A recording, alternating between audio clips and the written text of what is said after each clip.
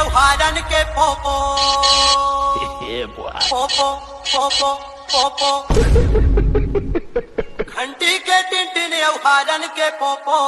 अड़ी DJ Riya पोपो मैं नहीं राखो गौ की दुल्ला गौ की जागर वाले राम कर काम बोले ना मजा जागर वाले राम कर काम बोले ना मजा घंटी के टिंटी नेवहारन के पोपो घंटी के टिंटी नेवहारन के पोपो अड़ी गौ की जगभावे पोपो मैं नहीं राखो गौ की दुल्ला गौ की जागर वाले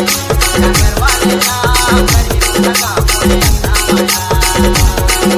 जागर वाले राम कर काम बोले ना मजा। हे भगवान डौकी हा आराम से सूते और डौका हा घर के काम धाम ला करे। अरे उनके भी हनिया मैं खाना पका DJ Riya उनके भी हनिया मैं खाना पका के डौकी ला खवा दो। उनके भी हनिया मैं खाना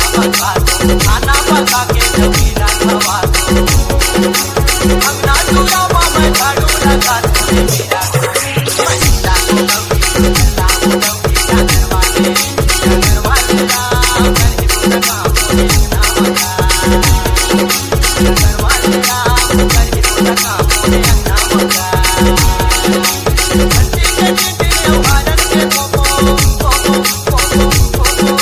घंटी के टिंटी नेवहारन के पोपो अड़ी चौकी जगभावे पोपो मैं नहीं राखो गौ की दुल्ला गौ की जागर वाले राम कर काम बोले ना DJ मजा Riya जागर वाले राम कर काम बोले